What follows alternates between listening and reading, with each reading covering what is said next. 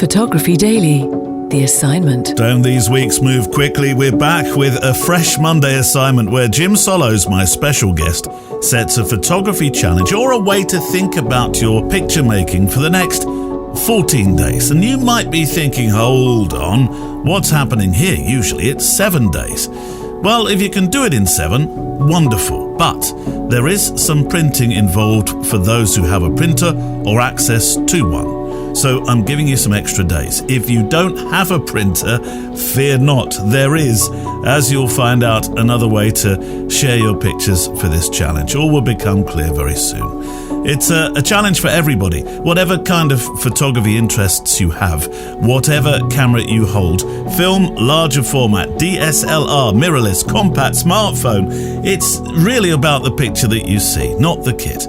On the website, photographydaily.show, there is a show page. Just look for the show number, 307, and I'd love you to share the pictures you make for this assignment, which is easy to do. Simply send them to studio@photographydaily.show, studio@photographydaily.show.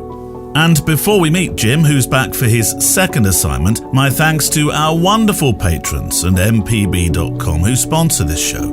The number one company in the UK, the US and Europe when it comes to buying and selling and trading used camera kit online. A safe place to do business with guarantees upon what you buy.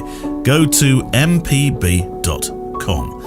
A look ahead to the photo walk this week, and my guest is Gareth Ewan-Jones, a commercial photographer with a strong portfolio of VIPs who'd be very easy to talk about. I mean, let's be honest, who wouldn't want to know what Dame Judi Dench is like when the cameras aren't rolling? Or indeed Gillian Anderson, or Jarvis Cocker, Benedict Cumberbatch. But no, I've focused on Gareth Ewan-Jones as the project maker, because I really want to understand more about his fascination for, stand by, Morris dancers, that very English countryside tradition, or the Brits' love affair with caravans, and the most extraordinary after dark project, lighting trees from above. But how? So I played around with smaller prosumer drones like Mavic Pros, but I had the drone for ages, and I just sort of thought, well, I'm going to attach a flashlight, a small 100-watt flashlight to it. It might burn out the motors, it might be the end of Mavic, but I'll just see what it does.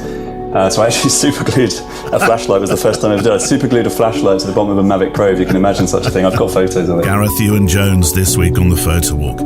Let's meet our guest for today, setting you a challenge for the next 14 days.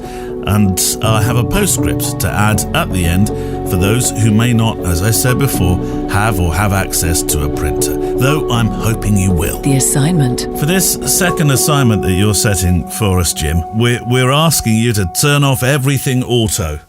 So if you rely upon auto in your life, we're going manual, but it's a bit more nuanced than that, isn't it? A little bit more. So with this one, I call this assignment shoot a roll. So in the film world, we're confined to 24 or 36 frames in a roll. We can't go off and just waste 10, 12, 20 frames on a single image. Yeah. We need to think about it. With this assignment, what I want you to do, even though you're shooting digital, is shoot it like you're shooting a film camera. So take a look at your frame count. And let's say your frame count is 1,000. So you've got from 1,000 to 1,036. So whatever your frame number is, just add 36. Once you get to that number, you've shot your roll. I want you to lock your ISO. So lock it to, say, 400 or 100, whatever you like, but lock it to one number, and it's going to stay at that number for the entire shoot of 36. Yeah. And really importantly, no chimping. I want you to turn off your image preview. Turn off your LCD entirely if you can. But if you can't, at least turn off the post-shot preview. So you're only going to get to see the images once you've finished your 36. You get back home, you load them into your computer, and you import them. Then you see them for the first time. And once you do import them, try to limit your processing to the kind of processing we do with film. So you can adjust your exposure. You can adjust your contrast. You can maybe do a little bit of spotting and burning, but that's about all. And see what you come up with. And lastly, once you've shot your 36, what I'd like you to do, we always say that it's not a photograph until it's printed. So what I'd like you to do is to pick your favorite of the 36 and print it, and then send a photo to the show of that picture with you holding it or your camera sitting next to it, showing us that you've got a printed image. Fantastic. And I think actually with the 36, I wonder if it might be a nice idea, Jim, to actually show what would have been a contact sheet, but show it as a carousel of images. So you see the 36 atop the one that you actually choose to be the one. That sounds like a good idea. Yeah. Interesting story involving one of my students doing this assignment like this, except he was shooting film. So he's a digital shooter, and he was the type of person who would go off for a weekend and easily come home with 2,000 images. Yeah. And it was one of our first lessons, and I gave him a roll of Ilford HP5 36 exposure, and we loaded it into the camera, and he looks at me, "It's 36. That's going to take me like 10 minutes to shoot that at most." And I said, "Well, just remember, you've only got 36, and you need to make everyone count."